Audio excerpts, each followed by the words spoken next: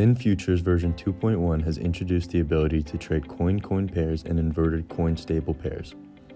In this video, I will walk you through how these new features work and how they are different than pairs you have traded previously on the SynFutures platform.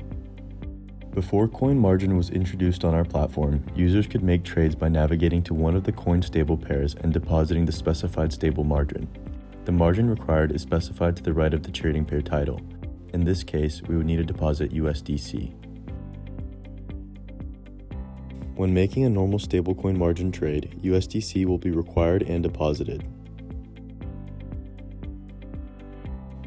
Now, with inverted coin-stable pairs, users can speculate on token prices using a non-stable cryptocurrency as margin.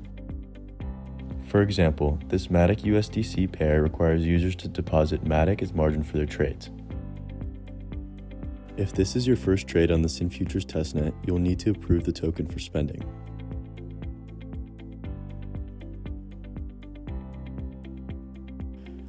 When making an inverted stablecoin trade, the altcoin will be required to be deposited as margin.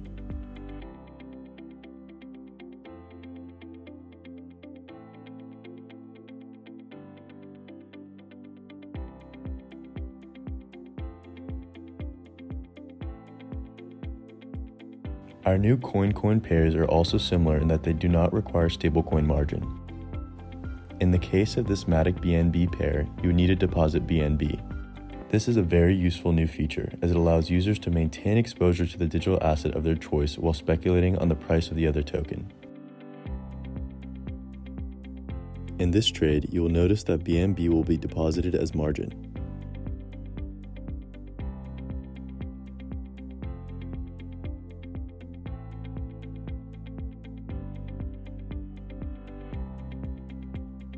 The newest SynFutures features gives traders unmatched versatility in trading futures contracts.